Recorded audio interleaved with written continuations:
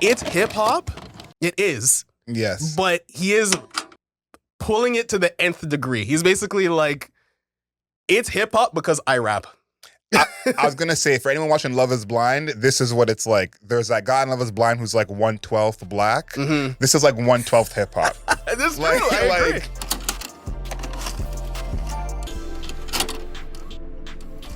Good afternoon, beautiful people. This is another episode of Album Mode. We review a new album every single week. We look at the lyrics, the production, the overall aesthetic of the album, and how that album fits into the context of that artist's career. For everyone watching on YouTube, hit that like button, leave us a comment, let us know how wrong we always are, and of course, make sure you're subscribed. My name is Adriel Smiley, aka AdrielSmiley.com, aka Adriel Smiley Official, aka The Godfather, and we're here with His Royal Highness, like we are every single week, aka The Bunny, aka No Longer a Munch, aka Stressed, King Grant. What's happening, people? We're back with Yeat, my guy. This is my guy.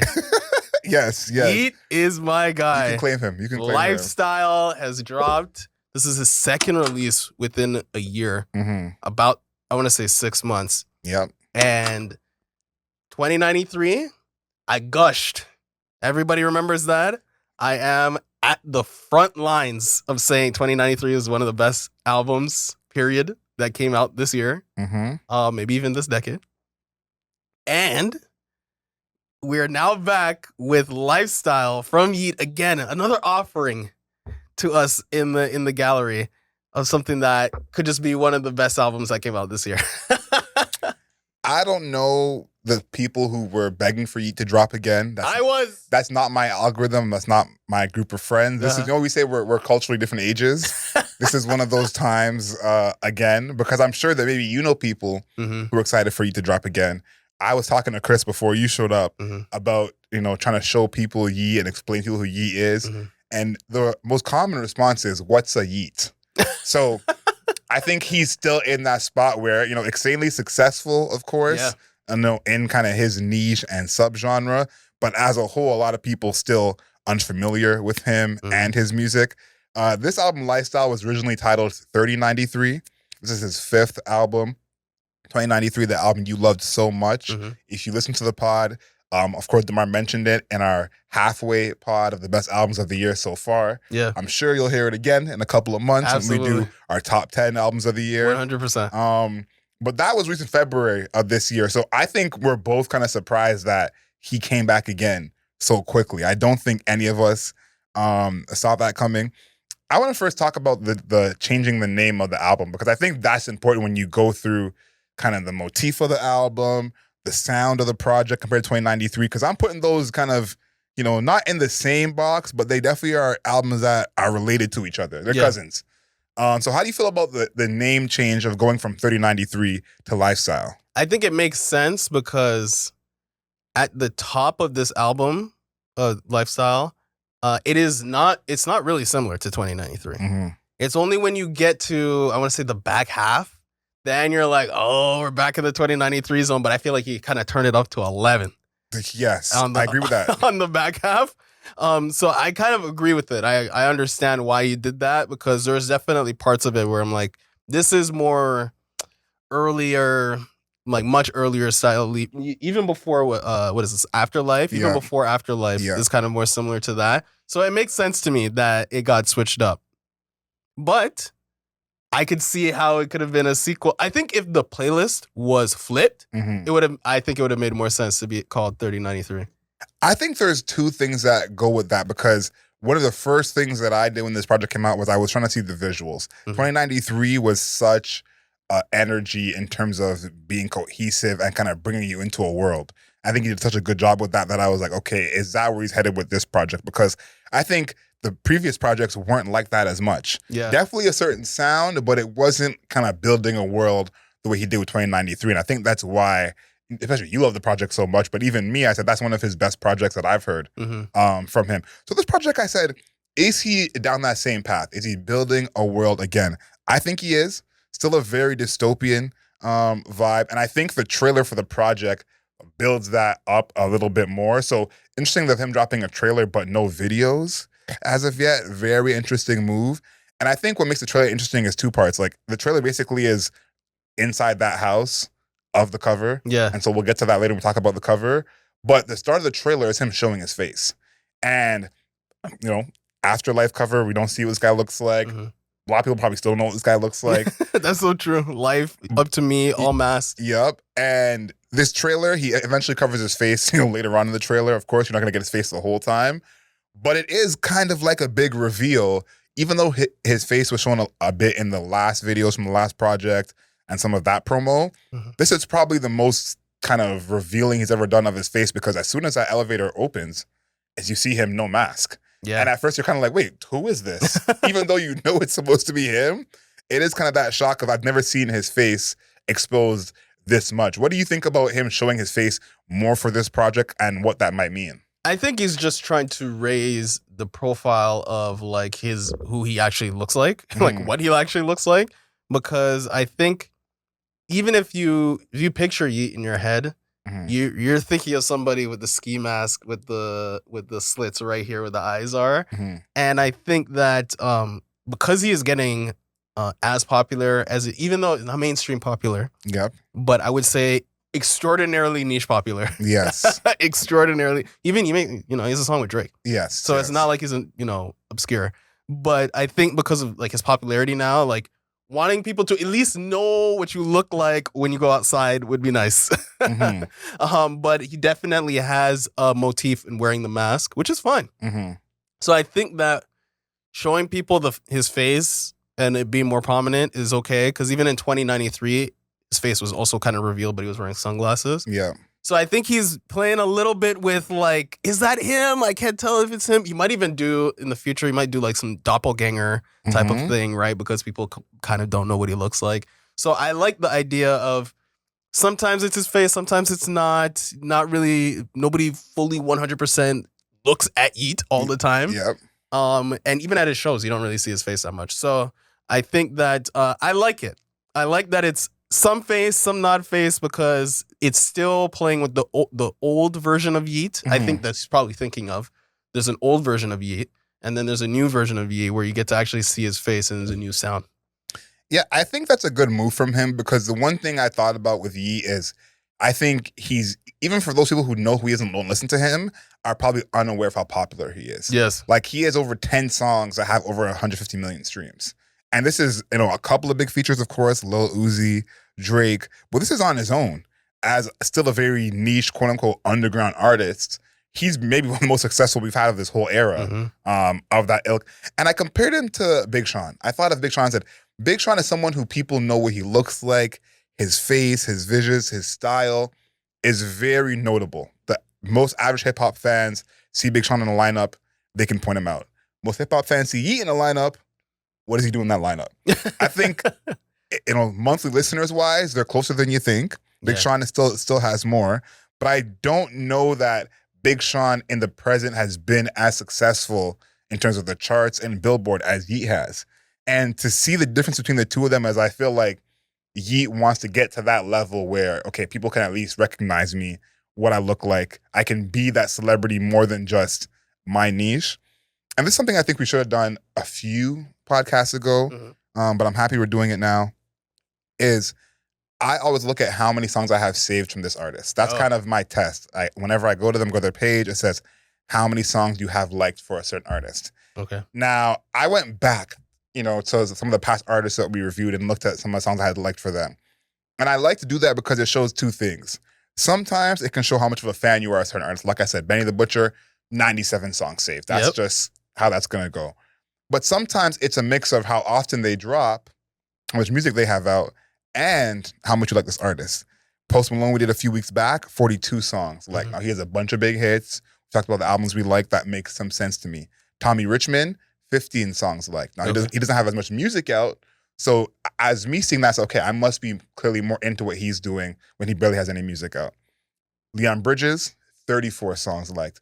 No, he has a few albums out. That makes sense. He's not like Yeat putting out, 25 songs a year. Yeah. But he has 3 or 4 albums out, been around for a long time. Glorilla, 17 likes, same as Tommy Richmond. Has some big songs, but a fairly new artist. And then Yeat, I had 37 songs liked. Okay. Now, for me, that seems low. Yeah. Because it seems like he drops 37 songs a year.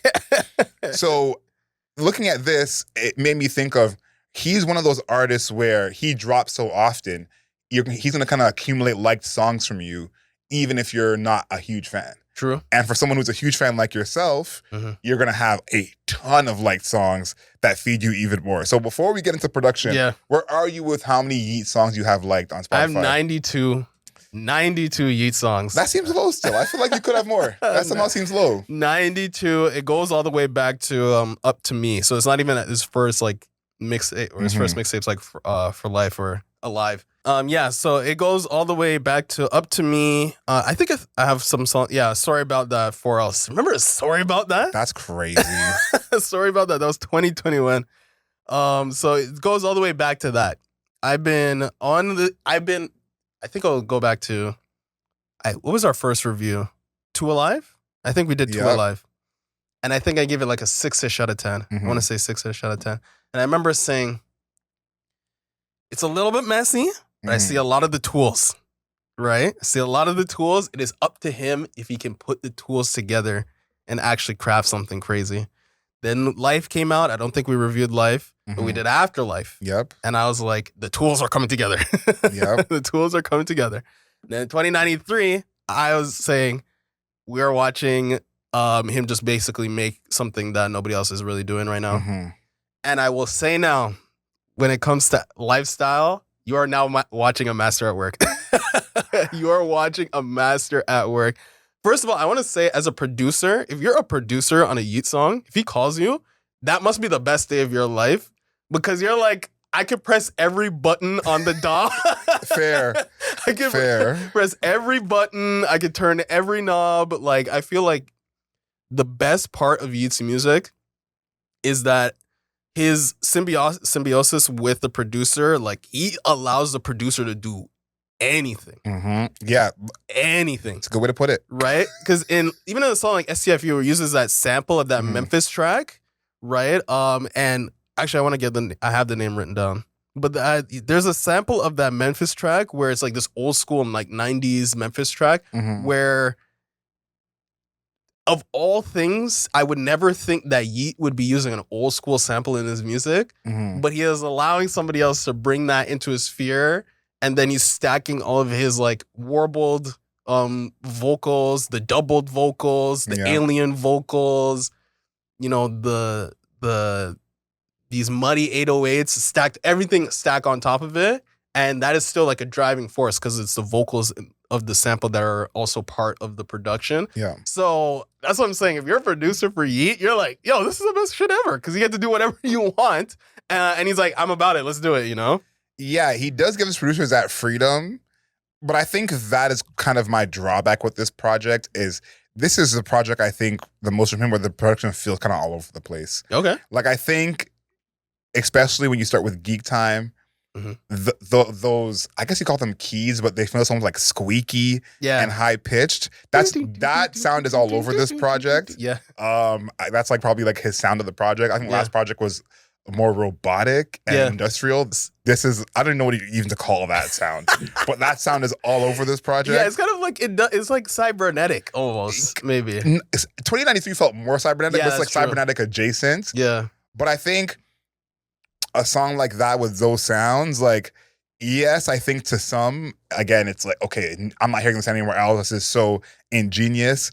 But a song like that, I know, you know, a bunch of people that are turning that off right away. And I think that is the problem with the production on this project, is there's a few songs like that where it's like some people are not even going to make it 30 seconds in to hear whatever he has to say, because it's like, no, I don't want to hear this squeaky, whatever sound this is called, over and over again. So I think it worked better on 2093 to me, but I do feel like that was a misstep of having that so much on the project, because I think that's such a, I guess, dividing sound in terms of the fans of hip hop. Of some people are going to love it, but some people are going to be like, no, I don't care what he's saying. I don't want to hear this. Yeah, I do think that I think Yeat is getting to a point now where I think it's like you can't really say it's not good anymore. You can only say you don't get it.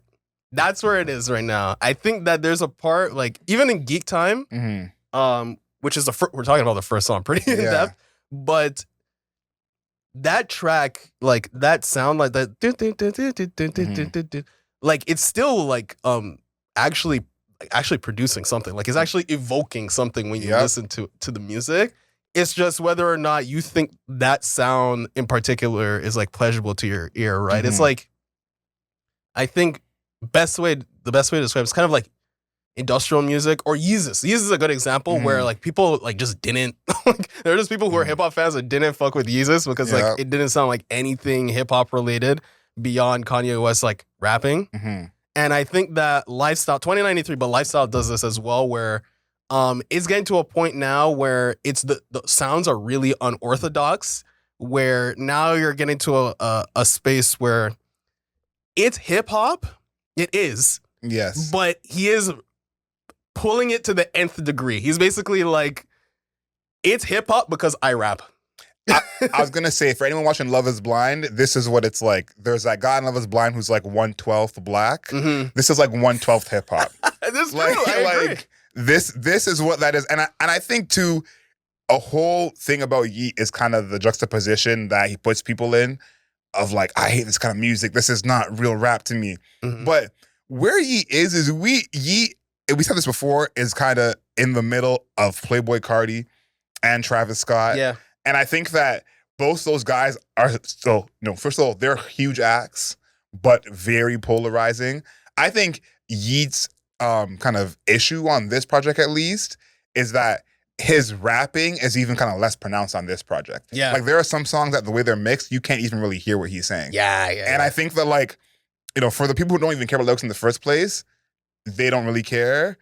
But I think like a song like They Tell Me, his vocals are so muddy on that. It's like, I was ready for that song to be a banger for me.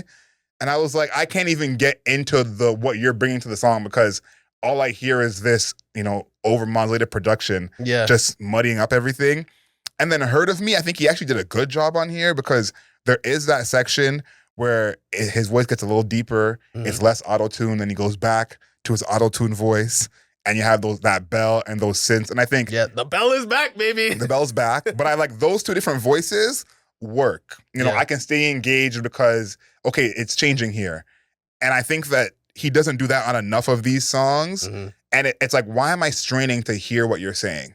I think straining to hear what you're saying shouldn't be the case in hip-hop in general, but especially when you're an artist like him who a lot of the sauce is his voice, his cadence, his flows, and not actually his lyrics. Yeah. So I think that's a misstep of like, I don't know what the mix is. I'm sure it was intentional. Yeah. But a lot of songs, it's like I'm straining to even hear what he's saying. Yeah, I agree. He also, just in general, has like a Brockhampton flow where it's just like one statement, two statement, three statement. Like it's not even like super intricate.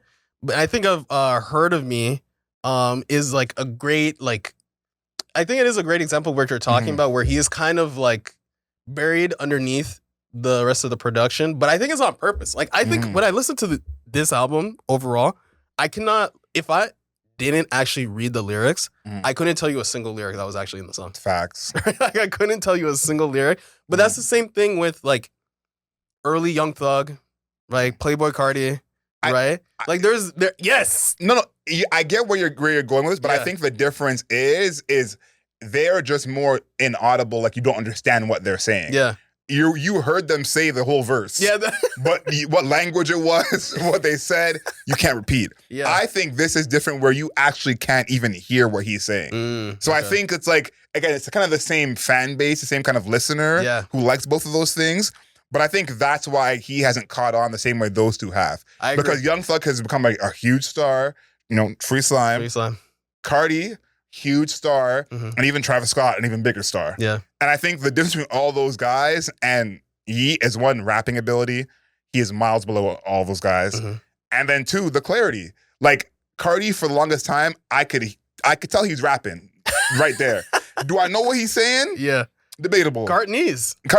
Cartonese. And I think Yeat has even a heavier barrier to understanding him than almost any popular artist I've seen in the past decade.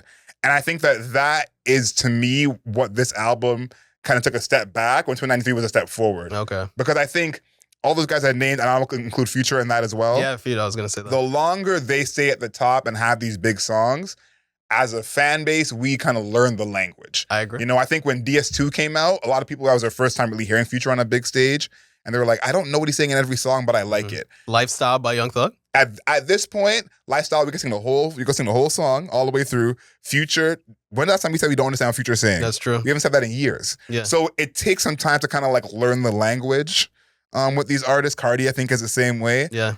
Yeat is like making it harder for us to learn the language. Yeah, you know, it's so funny you mentioned Playboy Cardi.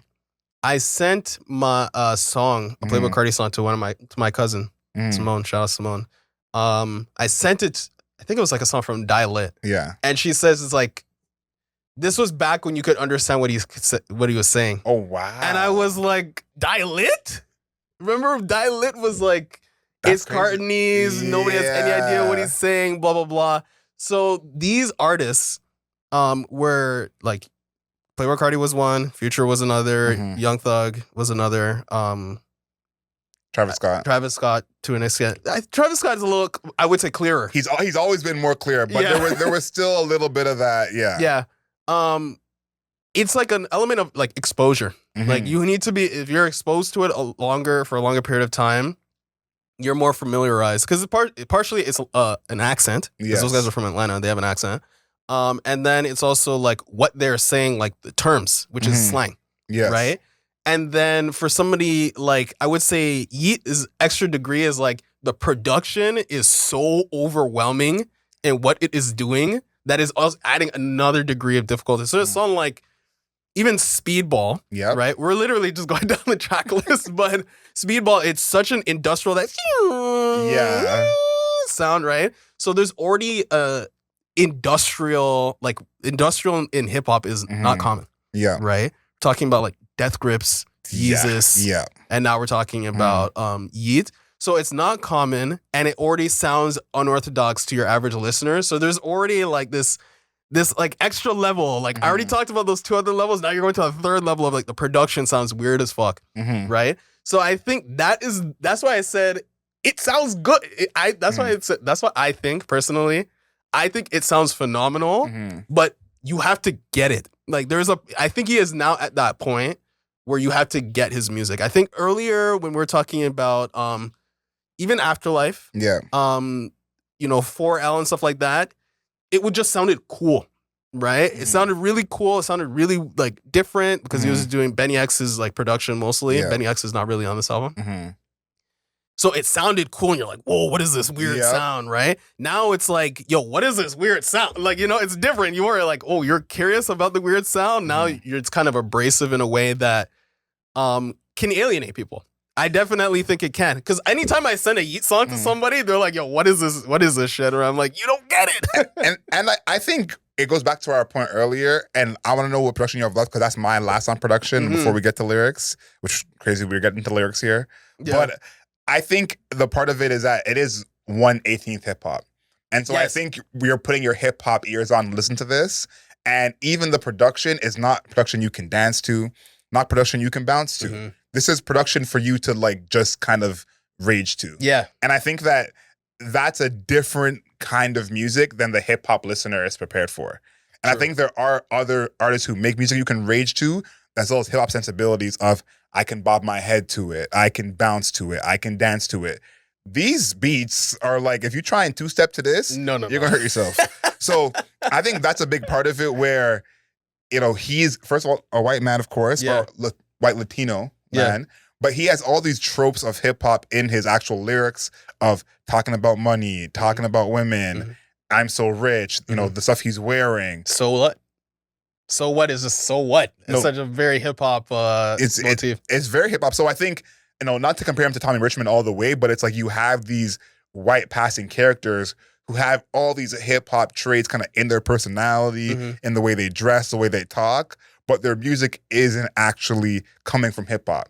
And so I think it's like, that's part of I guess, his appeal in a sense, but why he alienates so much people. Because if you're comparing him to the hip hop artists, it's like, how do you compare the two? He's not better than this person. Yeah. But he's good at what he is doing. Yeah. I think so much of what you said has so much to say about that. I think Yeat, to me, I'll say comparing him to the other artists is really hard, obviously. Yeah. You said that he's like 1/6, it's like 1/16 hip hop, right? Yeah. Hip hop. I think it is hip hop. Because if you listen to where the other albums came from to this, there is like a through line. You can see the progression. And I don't think he is trying to divorce himself from hip hop. No. Right? Like, it's still like on a good example of this is Lyfestyle, right? With Lil Durk, featuring Lil Durk, rapper.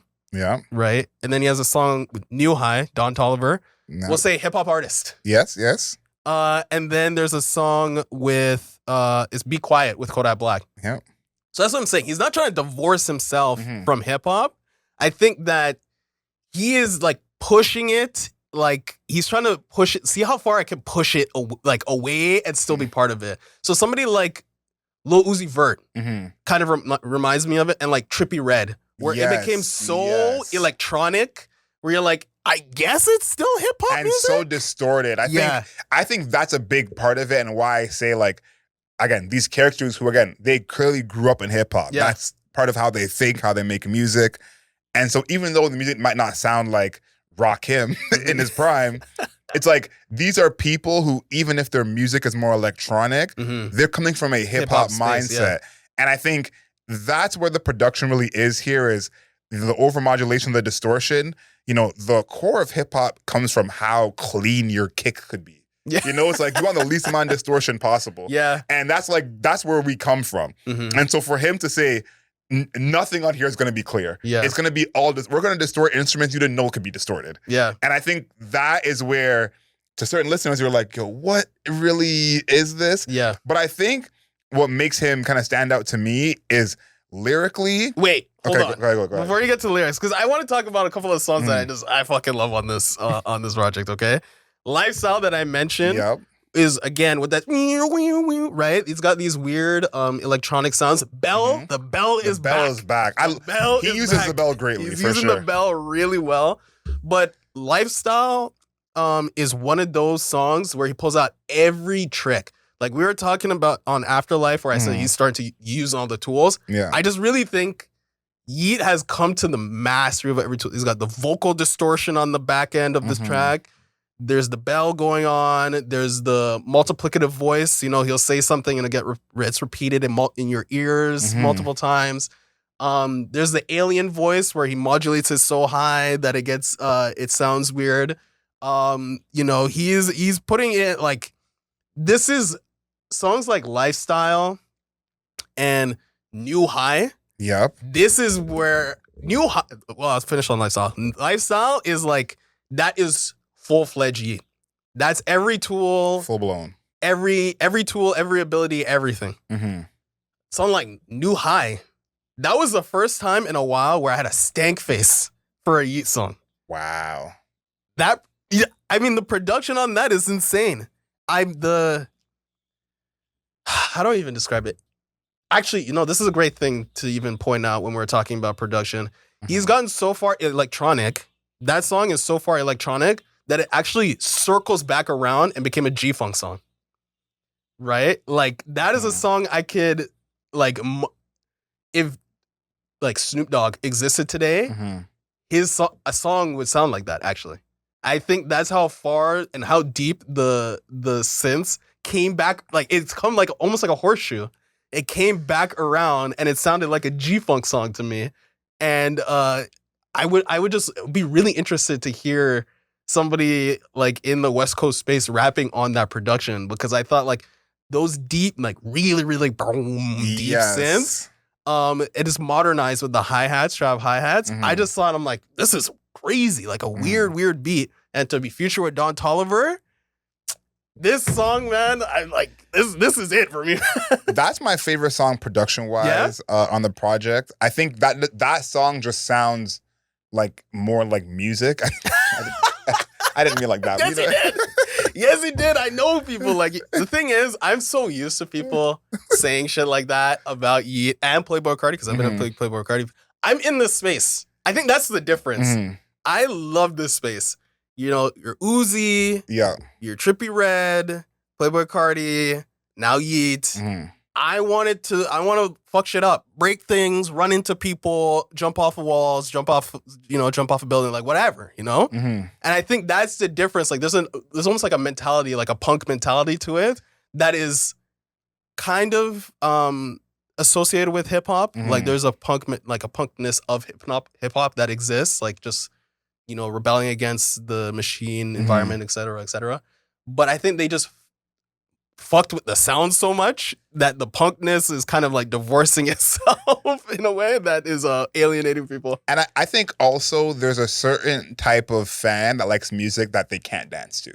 Yeah. I think that is the part of it. It's like, I always think about this with Yeat because there's these songs that I like that I'm like, I can't play this on the aux anywhere. Like there's no party I've been to in the past 3 years where someone's gonna put Yeat on and everyone's gonna start cheering. True. Like maybe some people will know the song and be cool that it's on. Yeah, they would know the song. But there's no party I've been to in the past 3 years where I'm like, Yeat's gonna play and everyone's gonna start cheering. Yeah. Like that's just not gonna happen. And I think almost in a sense, Yeat is kind of the opposite of like a Pitbull or a Flow Rida, except those guys are mainstream, but both very popular. But both people you don't want to hear at the function. You know? It's like, I maybe want to hear 5 Chris Brown songs before I hear 5 Yeat songs at the Whistle function. Whistle Baby? No. And I think that is where Yeat, for me, is like, again, I like the direction he's taking. Yeah. But he's very much avoiding his stuff being played in the party. That's true. Like, you know, as much as it is that rage, whatever, it's like, where are you playing this? Maybe, again, when you're working out, you're running. This is crazy at the gym. I've definitely worked out to Yeat a bunch of times. Yeah, this is going to go crazy at the gym. But I don't think his whole fan base is working out, to be fair. And as well, I think in terms of longevity, you know, is he going to be one of those niche artists who's like, almost like a Tech 9, where he keeps his niche fan base and they just stick with him for 20 years. That's kind of where I see him going. And I don't know if it's about, again, the lyrics or not lyrics. I do think he's just making music that cannot be played outside in certain places. Right. And I think maybe that's the whole point of like, it's ragey and, you know, we're here to fuck shit up to this music. But I know plenty of artists who make music that fucks shit up that can also be played outside. You know, a song I always think of with Lord Pretty Flocko Jody by A$AP Rocky. It's like when that song comes on, no one's dancing to that song. Like people are being pushed. It's getting crazy. I've seen that song live in person. Crazy mosh pits. Yeah. But that song can play outside even if that's what's going to happen. I think Yeat is like, his song has the same effect, but people don't want to hear it played outside. So he's in an interesting spot for me. And I think, you know, he's established himself as a success. You know, he's, of course, very popular. But I think for me, I always think of that person who's asking me, what's a Yeat? Will Yeat ever get that person? My guess is probably not. Probably not. Well, I think maybe. I think this is something we discussed before, and we can move on to the lyrics after this, but we discussed before is like, can Yeat make a #1 song? I don't think so. Right? This album made me think that's never happening. Really? Yeah. This never happening, I think, from this project. I think with a song like New High, if you'd have to revamp it because it's in the sphere of Don Toliver. Don Toliver can make a #1 song. Right? But also it's like, you're picking that song as the most like musical of all these songs. So you're like, he can like make a normal song. Yeah. But it's like, that's not a #1 song. You know, it's just a normal Yeat song. Yeah. So we're hopeful. But it's like, in reality, we would not choose this song as a single. We would not choose this song as a #1 song. Like, it's just a normal song for Yeat. You know? So it's like, I still don't think he has that #1 in him. Okay. Because I'm like, these songs are not palatable. Like, I can't see someone who works at the nail salon singing along to Yeat. Okay, we'll see. So I hope I'm wrong, but I just don't see it. Lyrically, he's rough. He's very rough lyrically. Yeah. It is definitely money, clothes, and hoes. But yes, absolutely. But just very, very basic. He has a couple lines, and I'm gonna show one of them that's on one where he gets clever. But I think his problem compared to someone like Young Thug or Playboi Carti is that he's so hard to understand that when he has a clever line, you're like, I don't know what came before or after that or before that or after that. So I can't even say I caught whatever that was. So I think that's his big issue is like, he's not doing, bless you. Thank you, sorry. He's not doing things in a way, I guess, you know, lyrically or delivery wise, that makes it easy to catch what he's saying. So I think that is my biggest issue. On one, he says, high when I'm high, huh? Fly when I'm fly. Snip 'em cut ties. Yeah, when leave you out of shape, crinkle cut fries. Yeah, I tried to cover my face. I don't want you to see my eyes. Oh shit, my eyes open. Oh shit, a prize. I want you to keep your eyes on the money at all times. Yeah, we behind them lines. We do every time. Yeah, we double up, cross them off, and get them crying. First and foremost, Yeat has never in his life passed the Eminem test. For those who are new to the show, the Eminem test is by just your lyrics and your music, do your fans know who you are? Can they tell who you are? You know, it's kind of the thought of if you're real in your music, you don't have to write an autobiography. You're a Yeat fan. You tell me, what do you know about this guy? This is like album 6, and we know nothing about him. So you tell me, am I wrong in that? Is there secret gems in here about his childhood that I'm missing? Because we know nothing about him from his lyrics. No, I think that Yeat knows that people are here for what the music sounds like, not what he says. So he's trying to make sure that what he says does not get in the way, right? we're sprinkling. We're sprinkling. No, but honestly, well, we would say the same thing about Travis Scott and Playboi Carti. But that's kind of my point is those guys still say more and talk about themselves without it taking away from the lyrics. Yeah, but their music doesn't sound like this, though. They're also better artists than him. Oh, I don't know about that. Continue. But I think that's the part of it is like, you don't have to, you know, stoop this low to not take away from the production. You can also just like make normal lyrics and talk about things.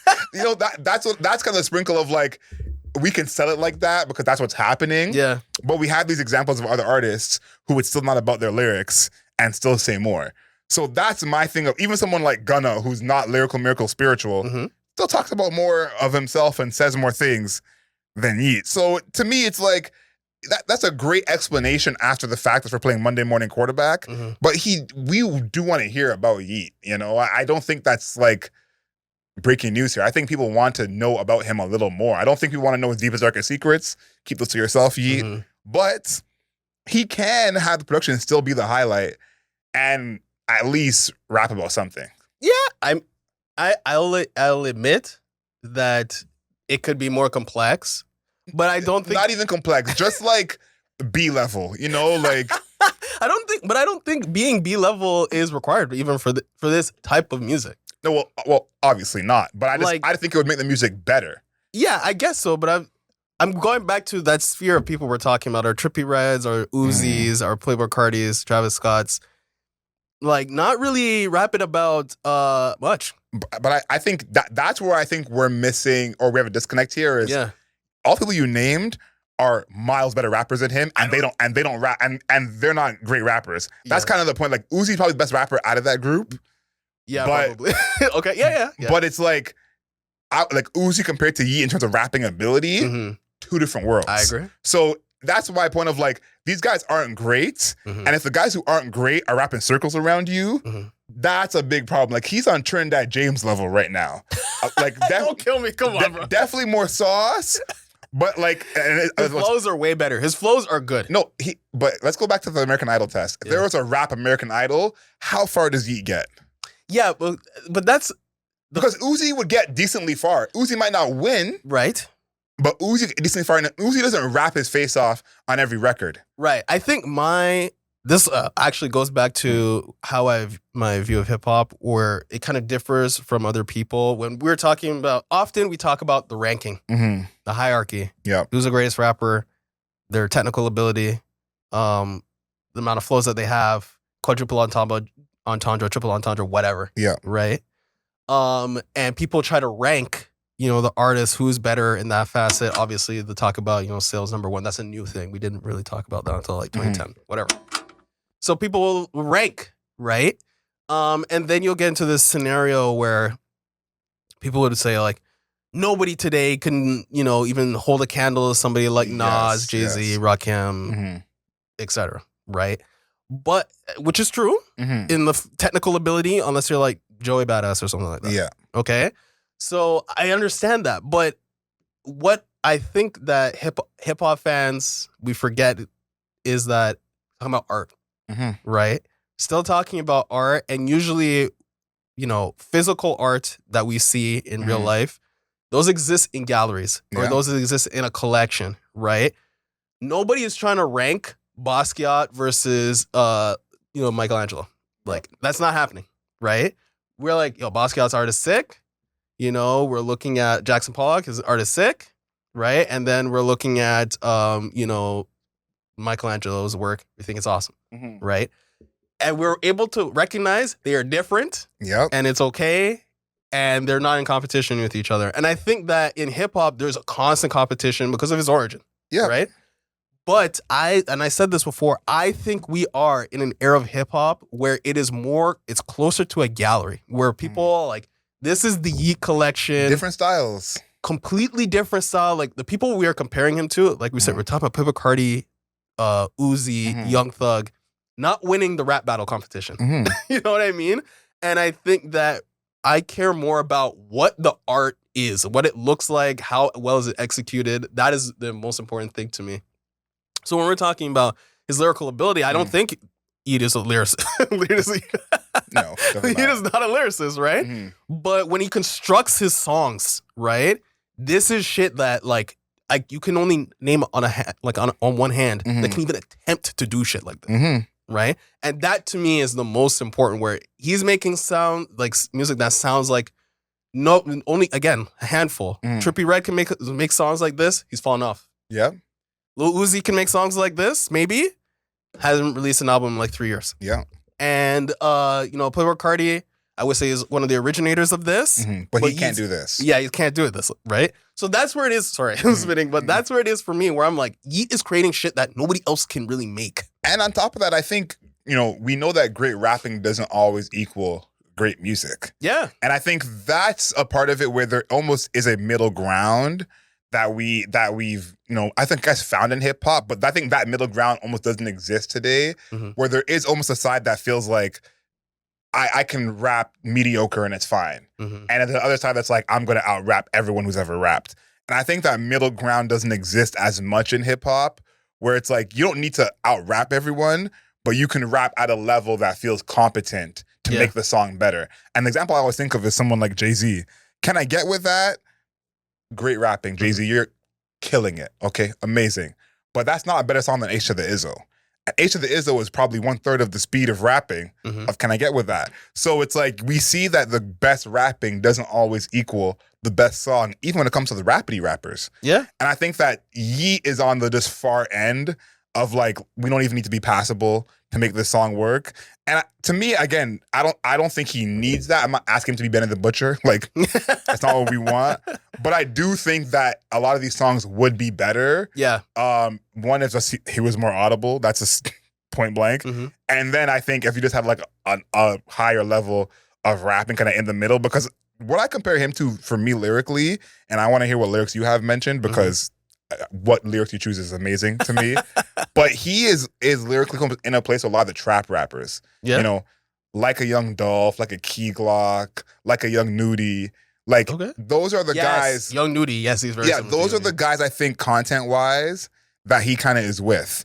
And it feels like he's still a level below those guys. Okay. And it's like if he can just reach that level, his music I think would be considerably better, because it's like those guys are not, again, lyrical, spiritual. I get you. You're give me 5%er knowledge. Like, that's not what I'm getting from those people. But they rap at like a minimal level that you're like, okay, this is kind of competent. So that's all I'm asking from him is, can we get to a competent level? Because this is G League level rapping with, NBA level production.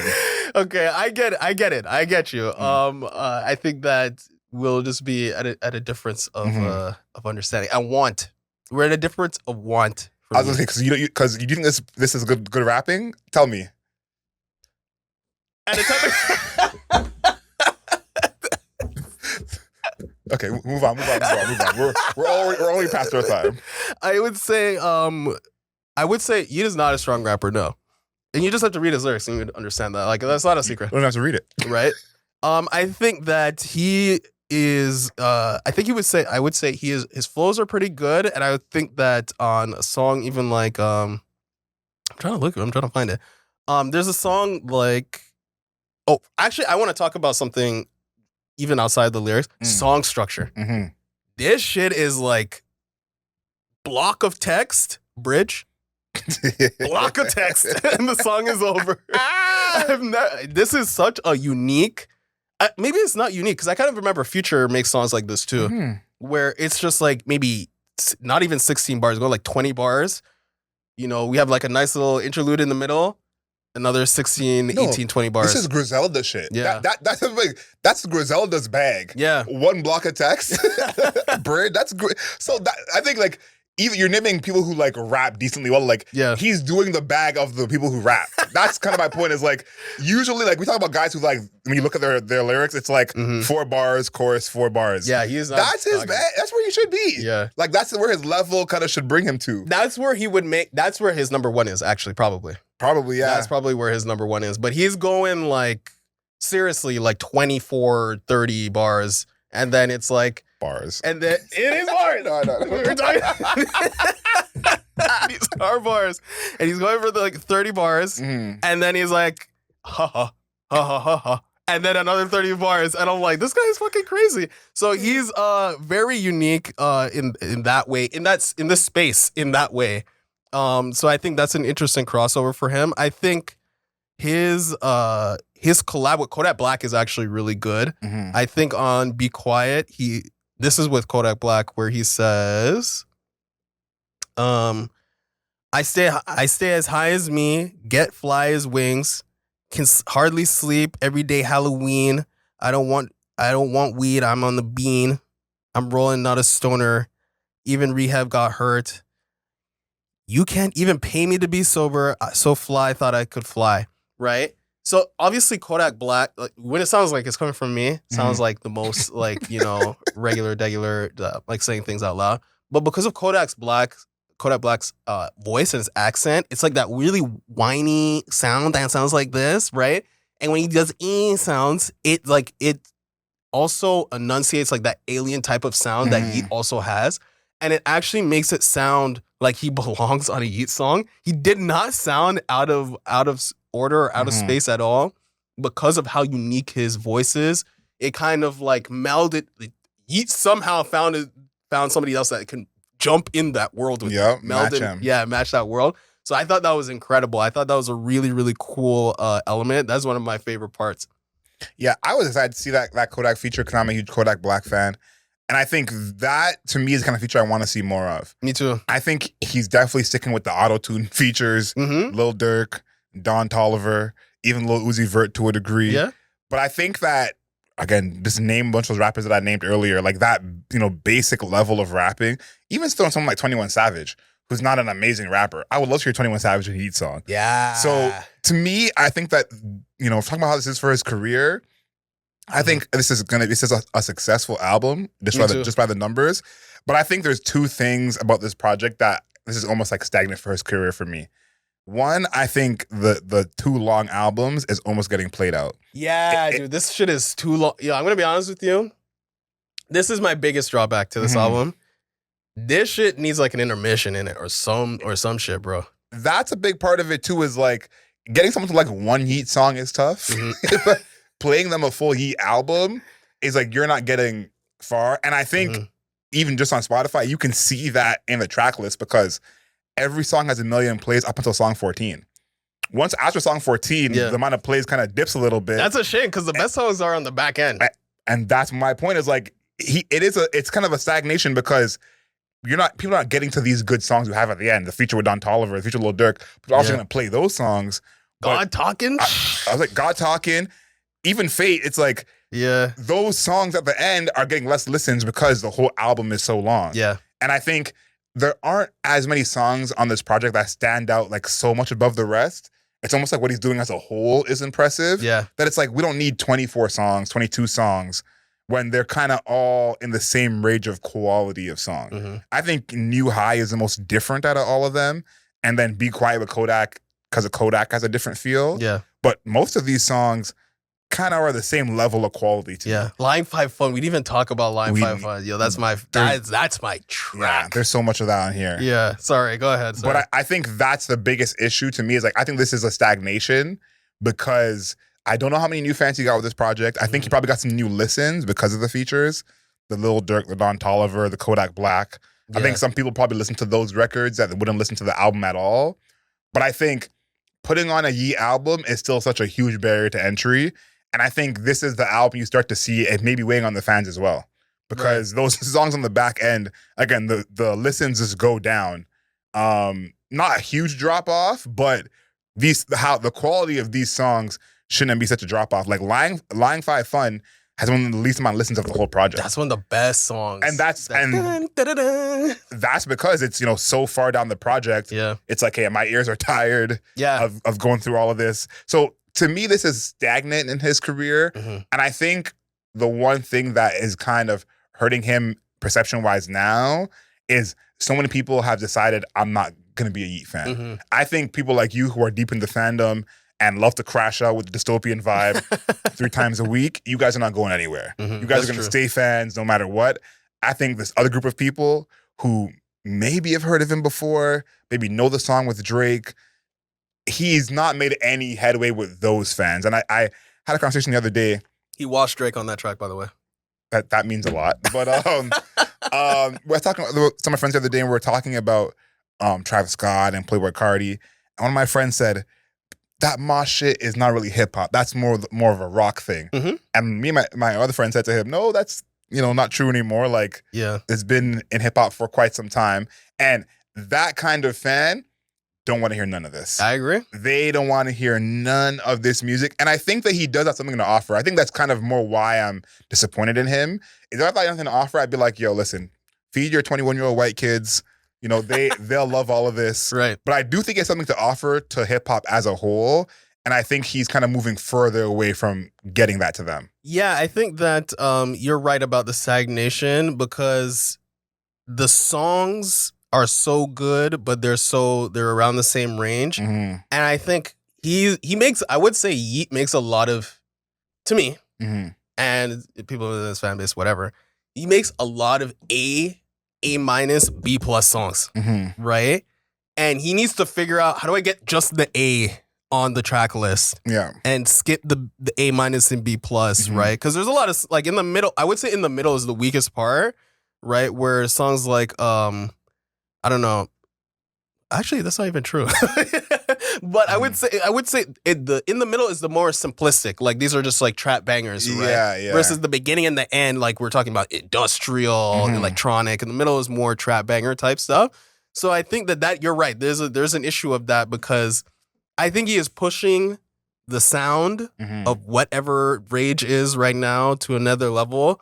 But it's hard to get in because of how divergent it is and because how much there is. It's like trying to introduce somebody in a 3-hour movie. Like, it's got to be really fucking good to draw somebody in, right? Yeah, and I think, too, he is kind of, I guess, getting to that trap banger fan.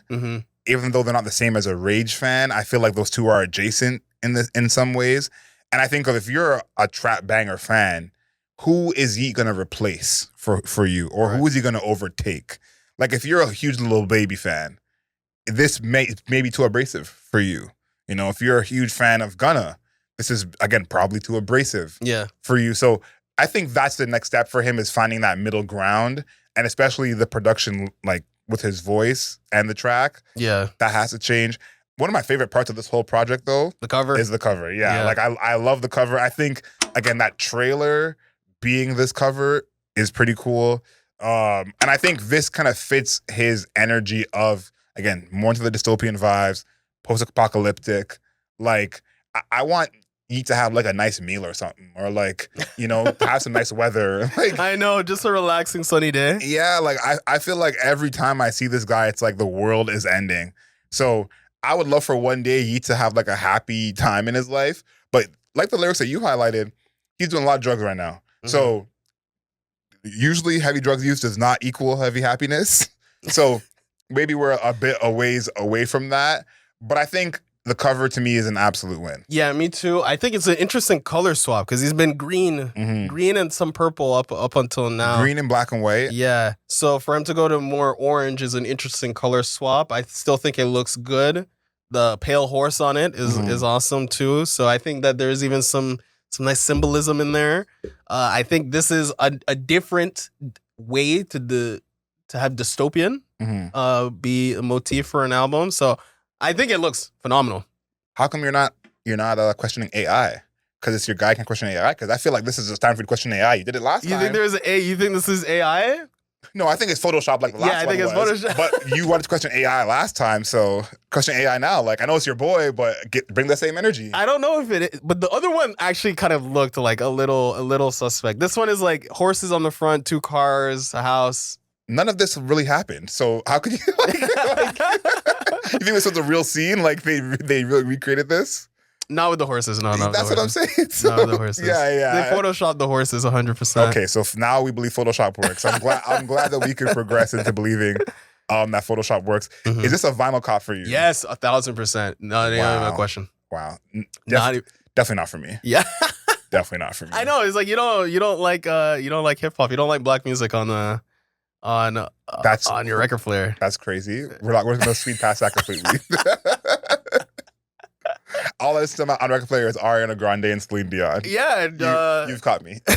And Taylor Swift and this was crazy. Macklemore and Logic. Yeah. Okay, so is it not a no skips either? I'm guessing for you. Definitely some skips. This shit is a no skips easily for me. Oh wow. Okay, the moment.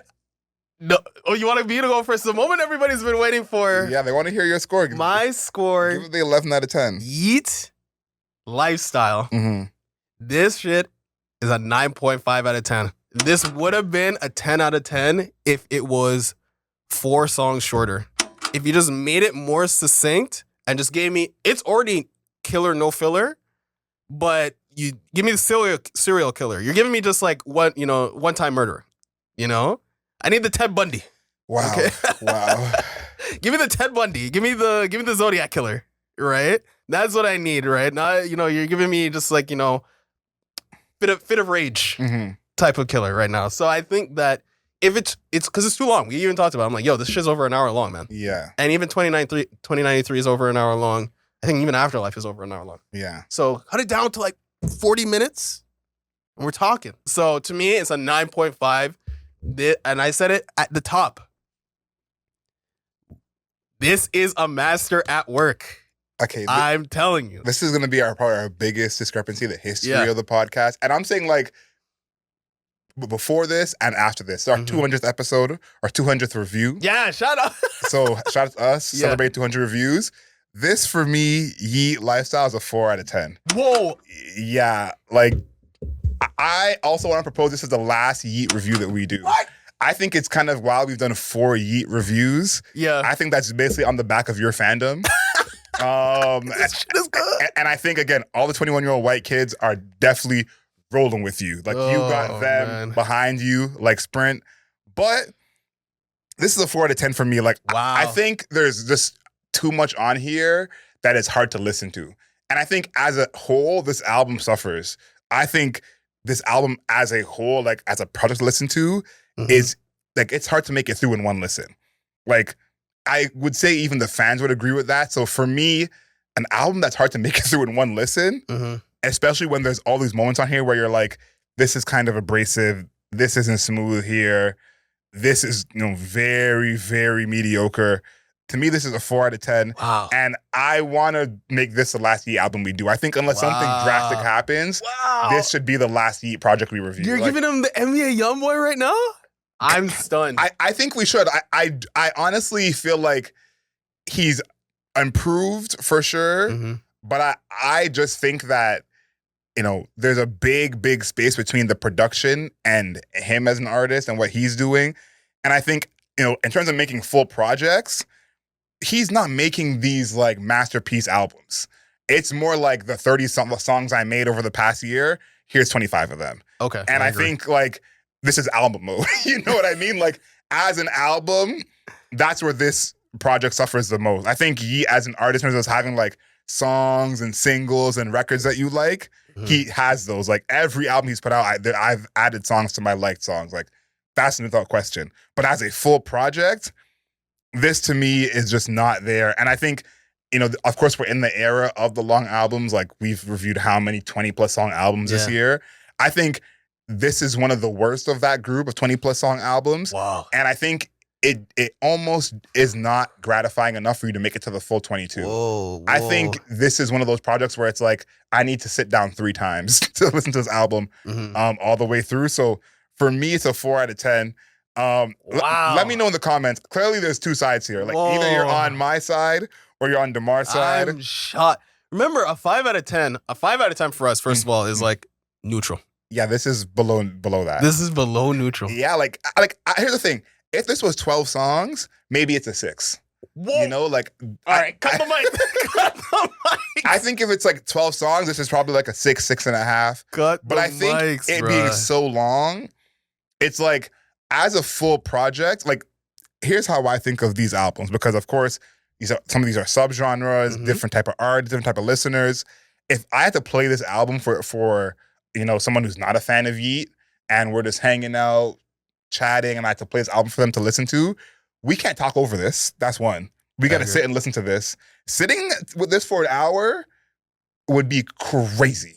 And I don't think anyone listening to this, let me know in the comments, can you and someone who's not a Yeat fan sit and listen to this for an hour and listen to the whole thing? I doubt it. And so I think, to me, that's like the test of an album, because there are albums where we can play this song and we don't talk till the 5th song. Right. And maybe song 7 or 8, you're like, oh, can you tell me about this? Yeat, 30 seconds in, they're going to really be like, you sure we got to listen to this? So I'm standing on business for that. Let me know in the comments. Okay. I want to know what everyone thinks. We're celebrating 200 episodes. So before we get out of here, I don't know, do you have a favorite review from the last 200? Is there one review that stands out to you? Not just the album you liked, but just the actual process of us reviewing the project. I think when we reviewed, trying to remember his name right now. Not remember his name. Not NBA Youngboy. When we reviewed Nav. Yes. Emergency Tsunami. That was probably the funniest review we've ever done. How funny. We were me personally, I was killing that album. I mean, like, I think it was like the first 3 songs. I'm like, yo, this shit is actually really fucking good. Yeah. And then by the end of it, I'm like, I don't know why we're still listening to Nav's music. That was a rough one. So I like that review. What else? I think I was just looking through I was about to say track list, but our track list, yeah. Our podcast list. I think Unknown T. And I think that was like the second review. It might have been the first one. Yeah, that's the first or second review. And first one. Yeah. Rise Above Hate. Yeah, that was the first. Holy shit. Wow. For me to really think, the first review. That was just like new energy. We started a whole new thing in our life. Yep. And it's so crazy. The first rap album we reviewed was a British rap album. That is insane. I think that was almost like foreshadowing of the kind of podcast we would become. Because I think Unknown T has gotten much popular since then, much more popular. Yeah. But also, like, he's still an underground UK artist to some degree. Yeah. So I think, like, all the albums that we've done that have been kind of off the beaten path are the ones that stand out to me. Of the ones we reviewed. But what about you?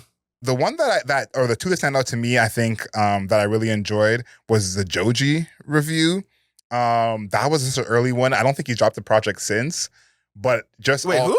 Joji. Oh, Joji. Yeah. And I think just all the intersections of like him being an internet person. Yeah, that's he's true. Such a versatile artist. So I think reviewing that was fun because we kind of got to scratch a bunch of different itches of like both our interests. Yeah, because we even knew him since he was Filthy Frank. Yeah, exactly. So I think that was pretty cool.